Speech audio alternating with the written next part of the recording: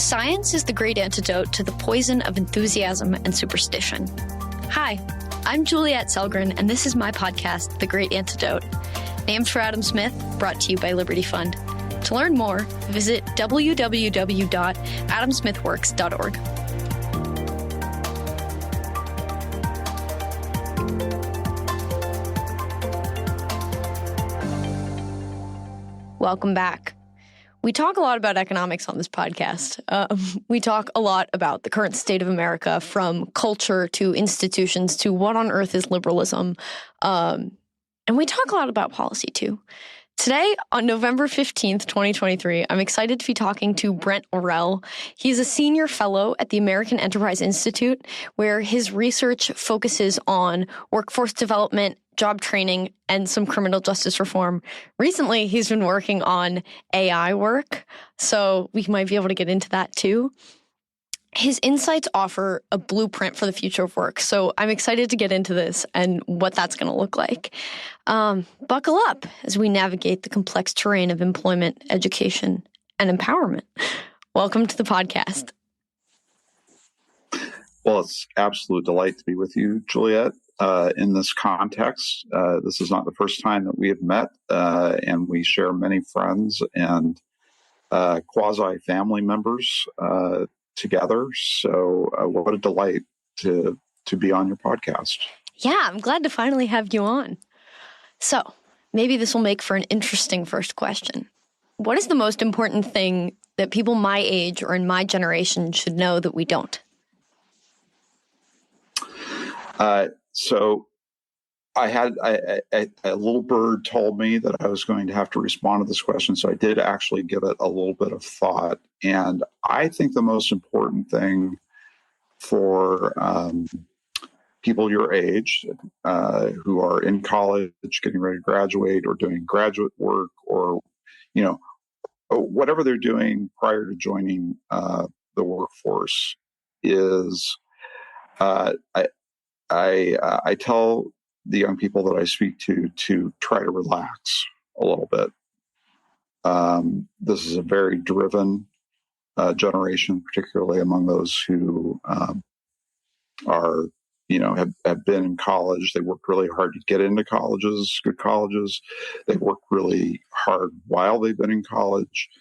And all of that is meant to be preparation for a successful life. And what I like as I said, what I like to say is you can relax now. You've made it. First of all, you won the lottery by being either born and educated in America or being educated here. And you are part of a almost $28 trillion economy. And we have to believe that in an economy of that size and complexity, that there's a place for everyone to have a happy and successful life. And so you've all strived to get to where you are, and now you're getting into that part of life where you're going to try to capitalize on that and use all of the investment that your families and your friends and churches and other institutions have made in you, and to have the successful life. But the one thing you don't have to worry about is that you won't have a place to live, and you won't have food to eat, and you won't have clothing to wear. And this is a new development for human beings when you look at it on an evolutionary time scale, in which human beings have had to always be in the business of survival, to have their basic needs met. And so that's what we're conditioned for. We're conditioned for striving as a way of surviving. And those conditions no longer prevail. We are in an era of abundance, and it's going to become, I think, even more abundant. And so you young people out there listening to this podcast have a different set of challenges in front of you, and that's how do you make the most out of your life. And those are problems of abundance, not the problems of survival. So that's what I encourage people to kind of take a pause, take a breath, think about what you really want out of your lives. Think about how you have been uniquely equipped to make a contribution to the world around you, and then figure out how to make that contribution. So that's the one thing that I would really like students in particular who are thinking about their futures to reflect on.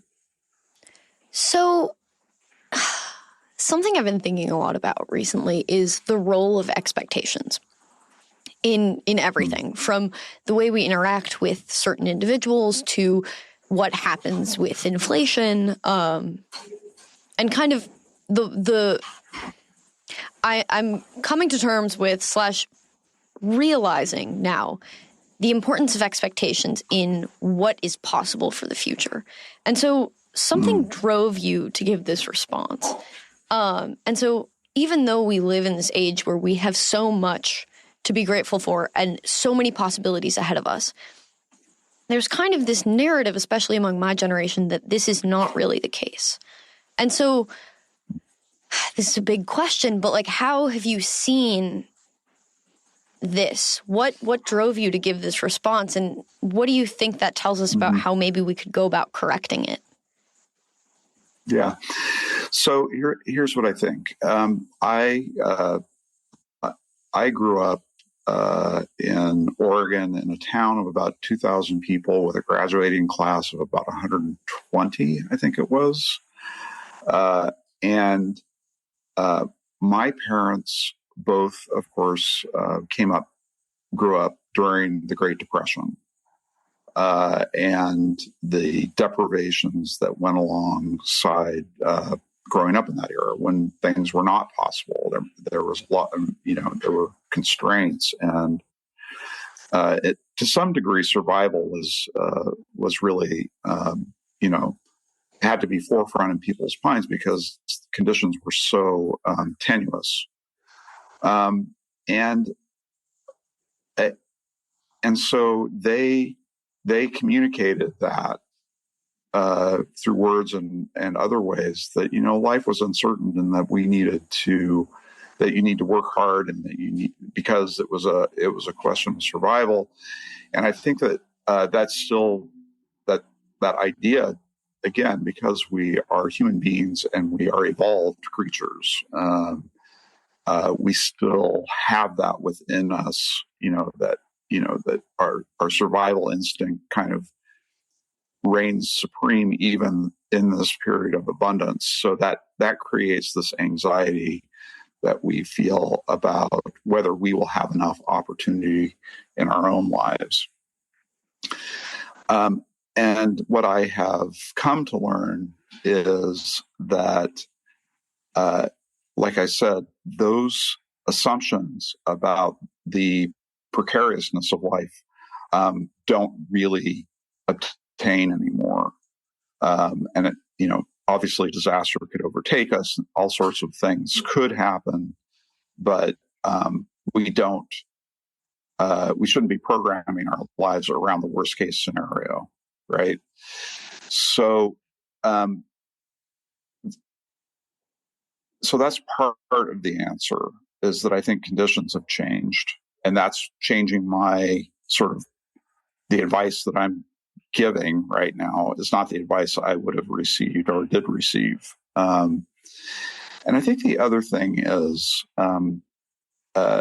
taking it from kind of the macro perspective to the individual perspective. I am increasingly persuaded that it is those things which we love the most, which ultimately create the life, the satisfying life that we desire, and that we need to pay attention to those things. If our minds are so tied up with the survival question, we never get to the self-actualization question. Like, what is it that's going to create a life that is interesting, satisfying, productive, meaningful in our own lives? In fact, for many of us, those questions are not just never raised, they're actively discouraged. Again, because of the survival question, it's like we tell people, they come to us. I call this the drunk uncle question. Like, this is the question that you get around the Thanksgiving table with your uncle who asks you what you're studying.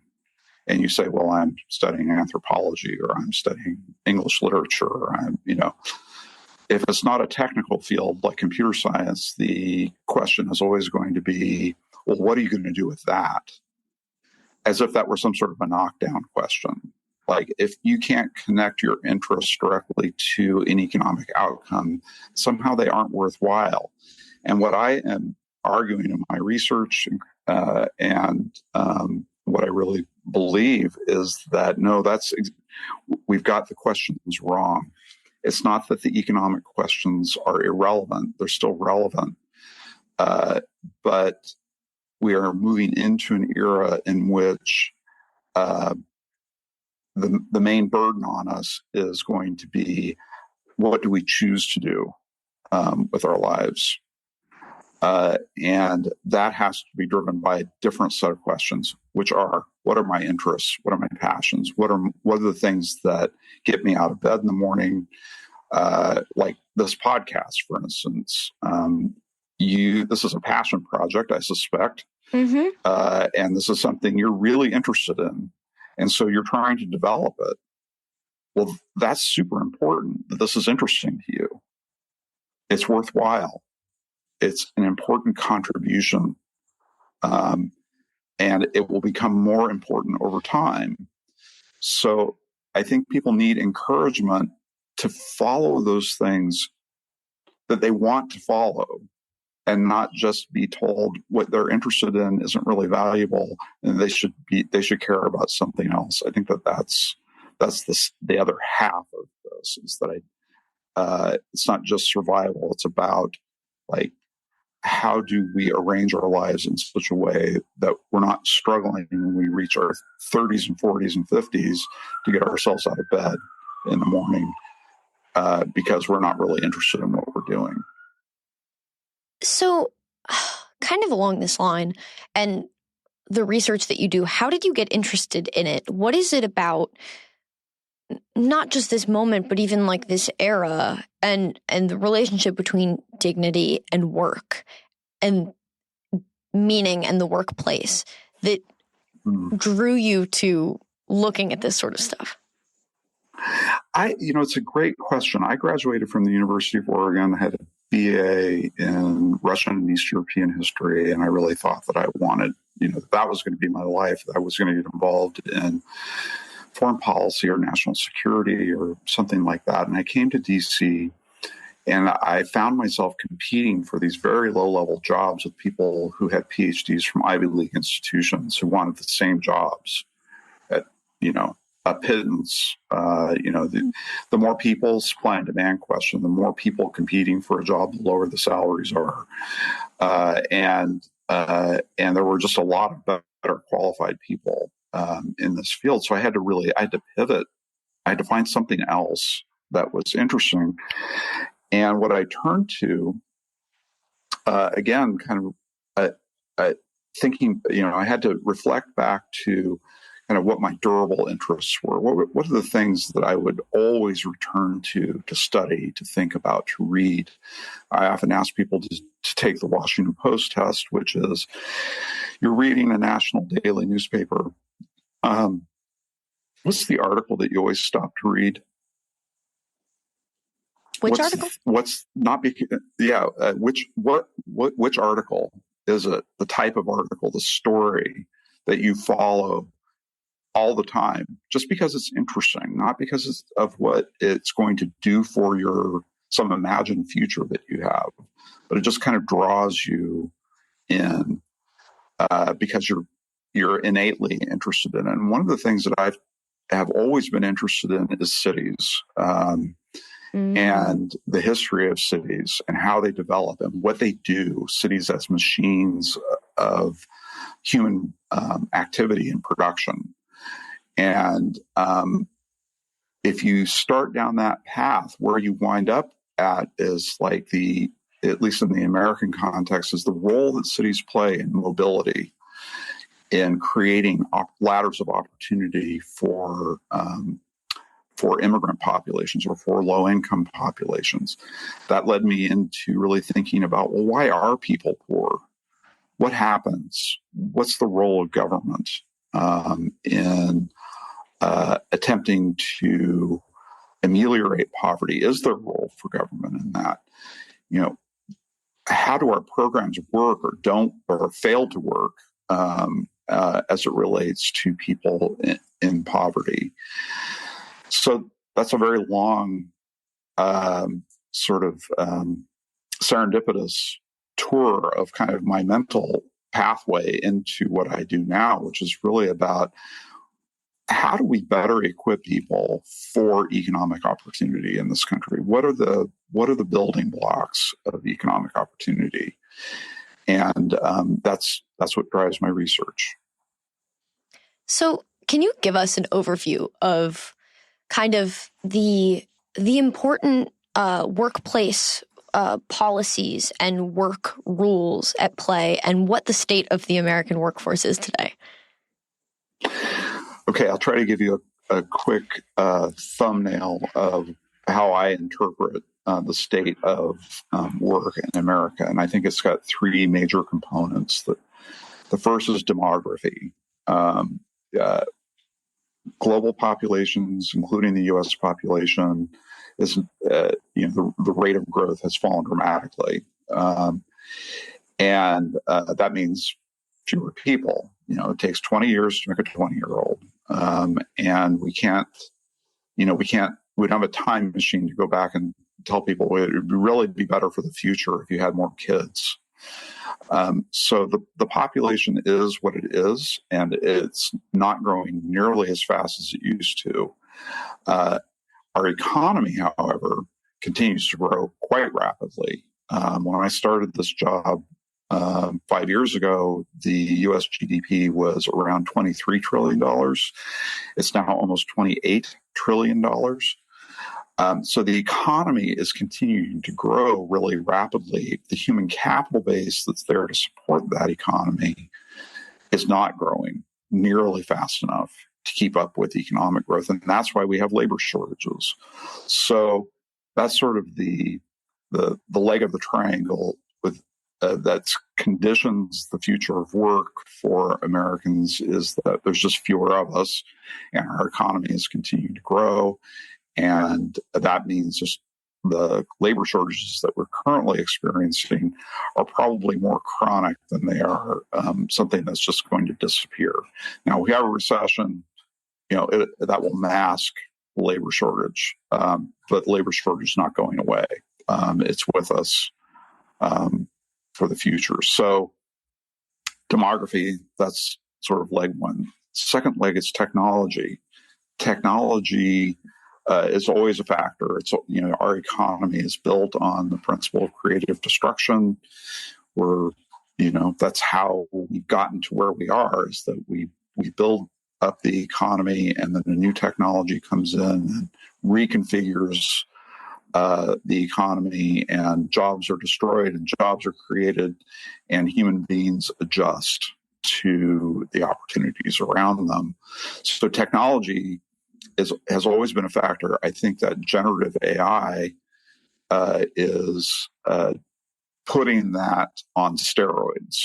I think it's going to, over the next 10, 15 years, have a huge effect on jobs. We know that, or we believe that we know. We say we know, we don't really know, but we believe that we know about 80% of jobs, the skills required to do those jobs are going to be changed due to the introduction of artificial intelligence and the diffusion of artificial intelligence across the economy. So 80% of jobs are going to feel some effect. 20% of jobs are potentially mostly or fully automatable over time with artificial intelligence. Unlike all the other previous episodes of automation, this episode of automation appears to target workers who have lots of education and training. The jobs that are most exposed are the ones that people have 4-year degrees, master's degrees, PhDs. So those jobs are most exposed. That doesn't mean those jobs are going away. It just means that they're going to feel the impact of AI more than people who are doing it, whose tasks are mainly manual in nature. So cognitive, in the sense of cognitive jobs, knowledge economy jobs are most exposed, and jobs outside the knowledge economy are least exposed as a virtue of, or because of the way that artificial intelligence operates. So that's the second leg of the triangle. So sitting between those two is the question, really a question mark about what kinds of skills might be most useful in an economy in which you've got a shrinking population and rapidly changing requirements driven by technology. So what kinds of skills are going to be most useful? And the answer is we do not know. We can't tell you what skills are going to be most in demand, because those skills are changing so the skill requirements will be changing so rapidly. So, almost 4 years ago now, then candidate Joe Biden was going around the country saying, learn to code. And now we've got co-pilot programs that do an awful lot of coding for us. So was that good advice or bad advice? Based on the knowledge that we had at the time, maybe it was okay advice. Now it looks like, I'm not so sure that that's great advice. So that's what I mean about how quickly the skills requirements can change. So my operating thesis here is that in an unpredictable technological environment of unpredictable technological evolution, which is where we are, the most important skill is flexibility and or adaptability to changing conditions. How do you become the kind of person who can quickly pivot and adapt to new skill requirements? That's, to my mind, that is the master skill for the future. How do we build up inside of ourselves and in our society the capacity for adaptation to change? And the answer to that question is that we really need to focus on a domain of skills called non-cognitive skills, or soft skills, which, when you boil them all down, are just the capacity to learn and the capacity to interact well with other people doing team-based work. So that's my sort of take on where the future of work is going. We can't tell you what kinds of skills are going to be needed, except that there's going to be a tremendous amount of change in what those needs are, and we need to prepare to change. So you gave me a lot to go off of just now, so I'm going to try to whittle it down little by little. But these things all kind of seem interconnected, especially with respect to your answer to the first question, which is maybe why it's so timely and so perfect. So let's maybe start with AI. Do you think that, and this maybe ties into just the role that work plays in a human being's life, do you think that we're actually ever going to stop working, even if we have AI taking jobs? You talk about flexibility, but like when we think about labor and consumption, especially in like what you're taught in school about the labor consumption model, econ, this, that, we really thought for a long time that human beings were just going to be working way, way less at a certain point. And I don't know, maybe this is just from where I'm standing. That doesn't seem to be the case so much. So then what does work mean? And I guess how could AI play into that? Is it something to be afraid of, given what we've learned about the relationship between human beings and work and meaning? Yeah, no, I think it's a really great question. And I'm working on a piece. I've been working on a piece this morning. It's very top of mind for me. Our head of economics here at AEI, Michael Strain, he published a column, I think it was in Bloomberg, but it's certainly available on our website, about this question of like the future of work. And he notes, and I agree that he's the expert on this, so I'm just agreeing with the expert, that automation never, in the history of automation, has never reduced the amount of work. It's only increased the amount of work that needs to be done. It's, this paradox that automation increases productivity, which increases wealth, which increases higher levels of wealth, create higher levels of demand for products and services, which creates new jobs. And I think, that has been the history of automation. I see no reason why AI is any different. I think it's going to change the kinds of work that we do, but I think it's not going to reduce the amount of work that needs to be done. It's only going to increase the amount of work that people need to do. So I'm not afraid of AI from that standpoint. I don't think we're looking at a workless future. For anyone who is alive listening to this podcast when it gets published, I don't think you're ever going to have to worry about there not being enough work. Work is always going to be there. Now, as Mike talks about in his piece, in the distant future, beyond our lifetimes, you can imagine a world in which work, there's so much automation that work does disappear. That we can meet all of our economic needs in a fully automated, super fantastic future, and then we don't need to be thinking again, sort of the end point of that survival instinct, where the survival instinct is fully invalidated because you don't have to worry about getting out of bed in the morning or not having enough food to eat or a place to live. So you can imagine way, way, way out in the future, you can imagine that's possible. But for mere mortals like us who are just listening now or talking on this podcast, that's not our condition. I think there's going to be more work. I think it's going to be very interesting work.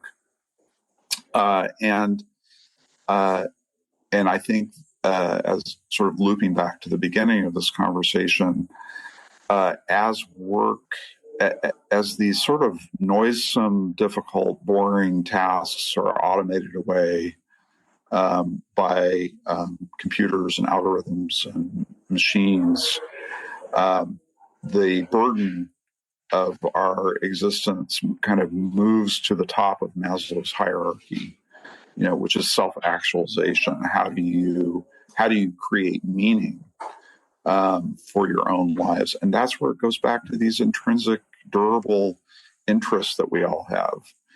We need to be developing those things within ourselves so that we're feeding that part of us. There's no part of Maslow's hierarchy that is optional, right? It's all essential. And as we have to worry less and less about our lower needs, the higher needs take on greater importance. So that's why I think it's so critical for all of us. And the younger you are, the more critical it is, I think, to be focusing on that question of what is the self-motivating idea that we are that will sustain us in a career at a time when the burdens are mainly about our choices.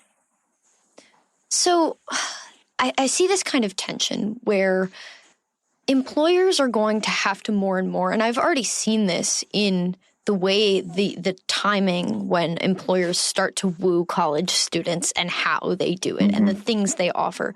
But then there's also this worry on the side of people my age of like, well, a college degree doesn't guarantee you a job in the way that it used to, right? It's not actually an investment that guarantees future returns. So I guess, what does the relationship between employer and employee look like in that way? And yeah, like what are employers doing really to fulfill this, and what are they going to have to do? And then I guess, why is my generation so worried about not having a job? Well, I mean, why are they worried? They're worried because they're human beings. Human beings are natural. We've been worrying since we were on, our ancestors were on the savannah of Africa, worrying about the lions, that might come out from, is that a rock over there, or is that a lion waiting to eat me? We're the descendants. We're the descendants of the most efficient warriors.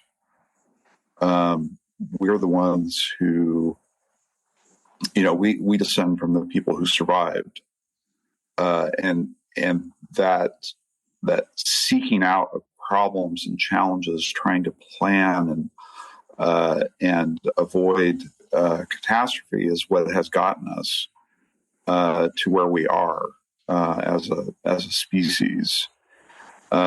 We are very adept survivors, and a lot of that survival instinct is rooted in kind of anxiety, and so it's perfectly natural that it's embedded in our nature that we seek out problems, and we seek out worries, and we live, in a sense, are living off of anxiety. So it's a vital spur to us, but it's a spur that arose out of an evolutionary epoch of shortage, rather than the one that we live in, which is an era of abundance. So that's why we worry. We're programmed to be anxious about the future. And you can't eliminate that. But I think all of us need to, we need to take a breath. We are not living on the savannah. There is no lion lying in wait to make us their breakfast, lunch, or dinner. We have a very different set of challenges. Now, in terms of what employers are doing, I think there's some really interesting thinking going on right now about the future of corporations, whether corporations are really, they have to be fundamentally rethought, because of the sort of radically decentralized nature of economic production, and what that portends for the future of the corporation was a kind of a creation, an idea that for aggregating human talent and energy and muscle to get things done. And so the question is, in this new era, does that change? I think that the answer is probably yes. We can see that in trends like remote work, where it's really not necessary for us to be in the same office in order to do our work. It's sometimes much better if we're in the same office doing our work together, and there's a lot of advantages to it. But it may be that there'll be a lot less office-based work, and that corporate activity could be reorganized to really leverage talent and specialization, and allow sort of just a different way of organizing how we do our work, how the economy operates. And I think that's all the good. I think that it's an organic process that's going to happen, whether we want it to or not, or whether we think it's a good idea or not. I think it's coming. In terms of the way that companies are approaching workers, I think the labor shortage, is really increasing the sort of bargaining power of workers. And we, as somebody said on Twitter or X or whatever we're calling it, they say, I think it's still Twitter in the minds of most people. Yeah. Okay, let's just call it Twitter. But I think X is derogatory. Yeah. Probably. Kind of is in my mind. But they said, labor strikes, like we've been seeing in the past 18 months, are really a sign of economic progress, because it means that workers are, they're advancing. They're able to take advantage of a tight labor market, demand better working conditions, demand higher salary, demand, so. And the signal beneath the noise of the strikes is that these strikes are a sign of health in the economy. And I think that, broadly speaking, whether you're part of a union or not part of a union, employers are having to work harder to attract and retain talent. And if you get a business owner to talk to you about this, they will complain nonstop about how disloyal workers are. That they'll just, ghost them after accepting a job, or work just for a few days or a few weeks and then move on to something better. All of that's a sign of, that's good for workers. So I think that overall the signals are very good, looking, into the immediate future in terms of opportunities. And I kind of want to talk briefly about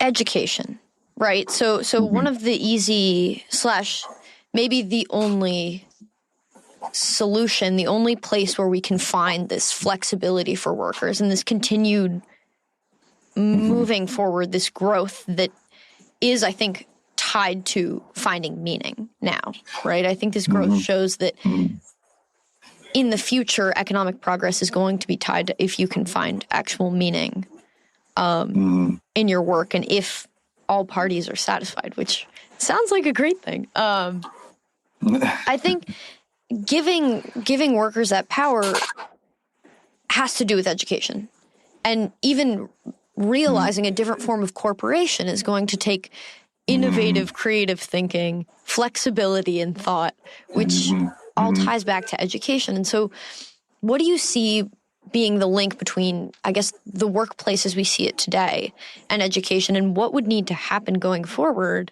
for that to change? And are we seeing anything that is or could be positively or negatively affecting this?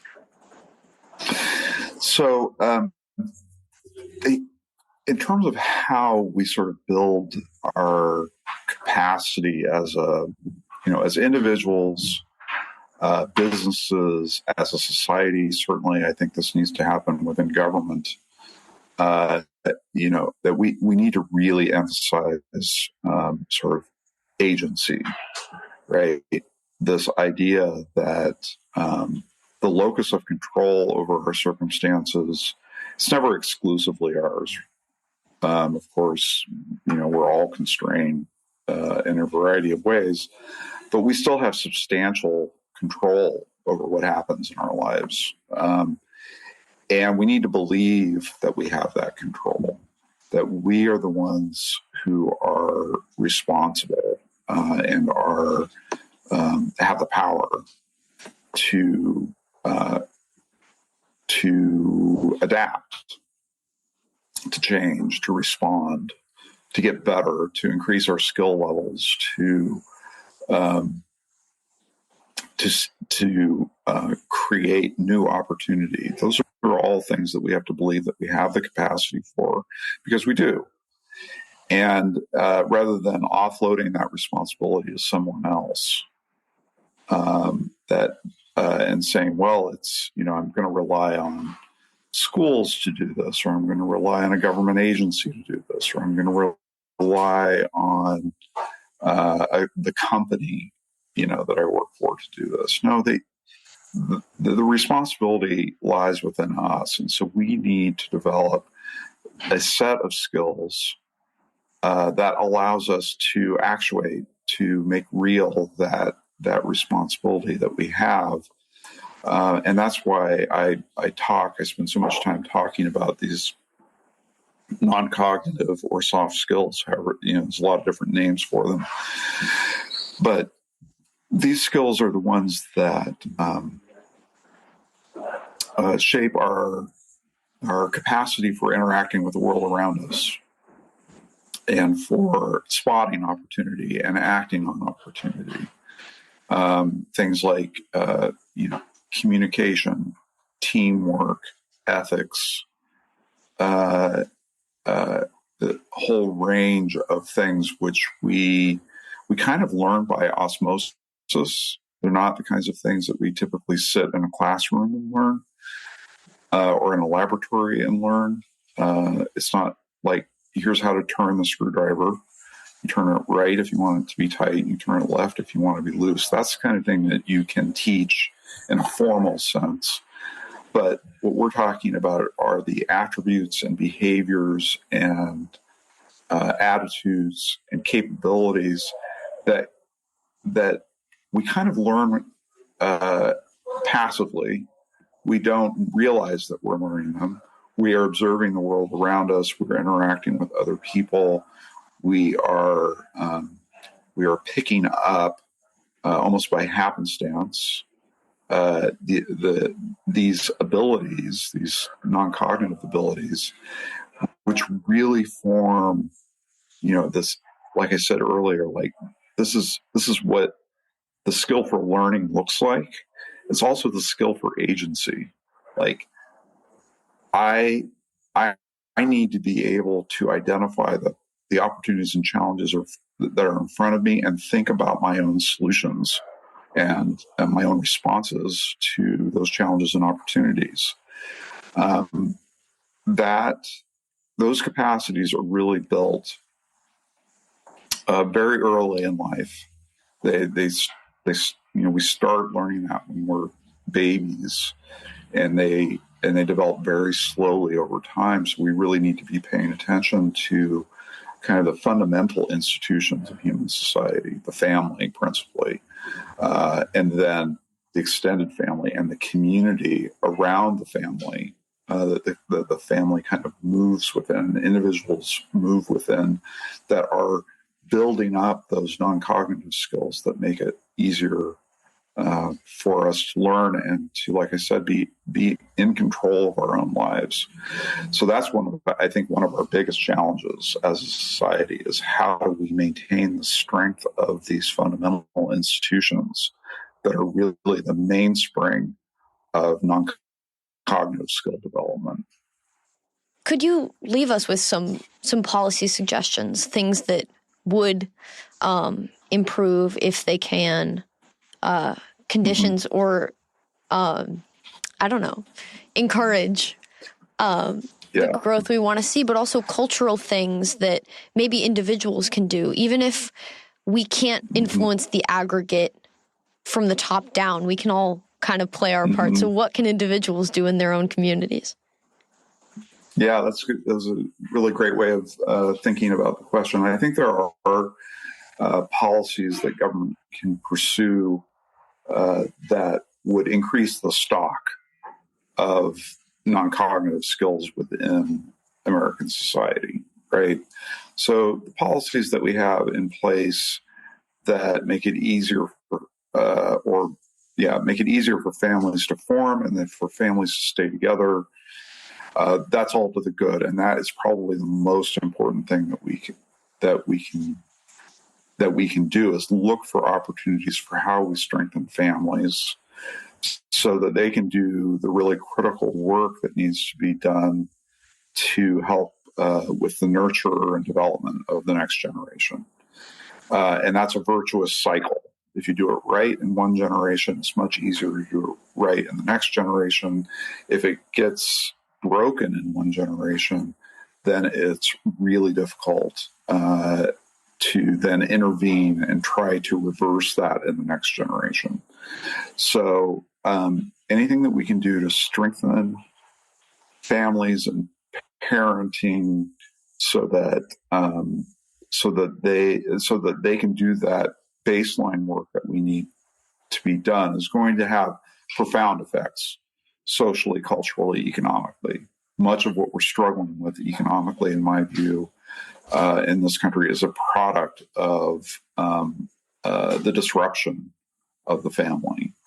And I don't want to criticize any family because single parents are doing heroic work. But we don't have enough heroes, and we need to stay kind of with what works here, and families with where you've got two loving parents, even if they're not together, but two loving parents who are supporting the development of their children just give us far better outcomes socially, economically, in every way. And so I think that's the most fundamental thing. So what would a policy be around that? Well, we have this program that the federal government funds called Nurse Home Visiting, in which registered nurses go into the homes of women who have given birth. Usually they're not married, but they get really important instruction on parenting, how to be a better parent than the parent that you had. These programs have been evaluated over a very long period of time, over 30 years, and they really improve the outcomes over generations of children becoming adults, having their own children. We really see much better outcomes. So that's one policy response. Another policy response is, for communities and individuals and families where maybe those skills are not as strong as they need to be, the relational skills that support strong families, education in how to relate well to other people can make a significant difference. So those are kind of some policy, a couple, foundational kinds of policy experiences. But I think that one of the big changes that we need to sort of tie this all the way back to the beginning of this conversation is that we need to encourage people to take the things they love, the things that they're interested in, seriously, and not to be dismissive of things because we can't quite see the direct connection to an economic outcome. So in your families, one day, Juliet, you'll have kids, I'm sure, and, you'll be raising them, and you'll be a wonderful mother, and you'll be asking these questions. What does my child love, and how can I encourage my child to develop that love? Because you just never know how that's going to translate into opportunity down the road. My love of history became a career in public policy, but my parents would have had no way of knowing that. All they could do was like, oh, he really likes to read, so let's give him lots of books, and not say, we just stop reading, go out and do something useful. That's the kind of attention that we need to be building into our lives and the lives of the people that we love, so that they can become the person that they're kind of destined to be, and help them to develop the gifts that they will in turn be able to give back. Thank you so much for sharing. I have one last question for you. What is one thing that you believed at one time in your life that you later changed your position on, and why? Oh, so many things. There have been so many things. I mean, when I first came to Washington, I was a dyed-in-the-wool, hardcore liberal, progressive, and my entire orientation has changed. That I am much more in kind of a libertarian camp of, it's the person, it's the human person who really matters the most, the individual. And it's out of the individual that all of these wonderful things that we have in our lives and all the progress that we've made as a society is a product of the passions of individuals and not the product of state organization. So, I mean, that pretty much covers the gamut. It's not that I don't believe government doesn't have roles in all of these things, but I would say the fundamental change has been a change in perspective that's been around, where does or from what does the good life derive, and it isn't from the state.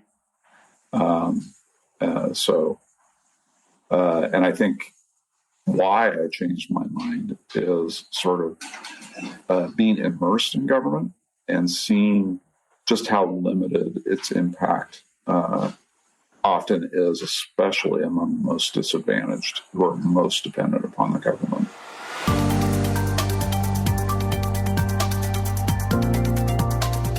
Once again, I'd like to thank my guests for their time and insight.